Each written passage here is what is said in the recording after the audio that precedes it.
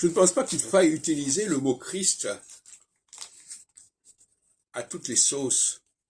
Le mot Christ a un sens bien précis qui se retrouve dans le chapitre 45 du Deutéro-Isaïe, de l'addition au livre d'Isaïe.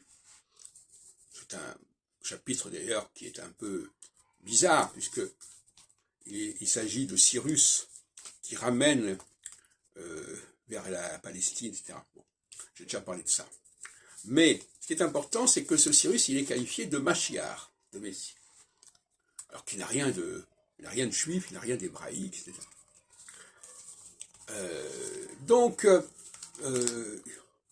Comme on dit l'expression, on attend le Messie. Quand Jésus va vers la Samaritaine, on voit qu'elle attendait le Messie. Une fois qu'il l'a guérie ou qu'il est allé vers elle, elle a dit « Est-ce que tu ne serais pas le Messie ?» Mais ce n'est pas une juive, c'est une Samaritaine. Les Samaritains sont considérés complètement ostracisés par les Juifs. Donc le Messie, il était attendu par les Samaritains, par les Galiléens, et c'est pour ça que Jésus est allé vers eux. Il n'était pas attendu par les Judéens. Il faut bien dire les choses comme elles sont.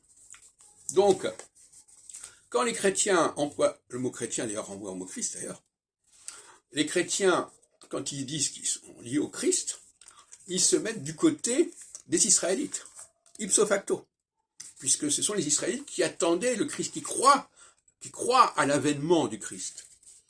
Et à mon avis, c'est une erreur de dire que les Juifs attendent le Christ, ou attendent le Messie. C'est un point qu'il faudrait débattre. Mais en réalité, ce qui est un fait, c'est que le Messie, lui, est juif. Mais il est juif pour les nations, il n'est pas juif pour les Juifs. C'est là que souvent les gens ils sont un petit peu perdus. C'est pas parce que Jésus est juif qu'il est venu pour les Juifs. C'est une erreur majeure.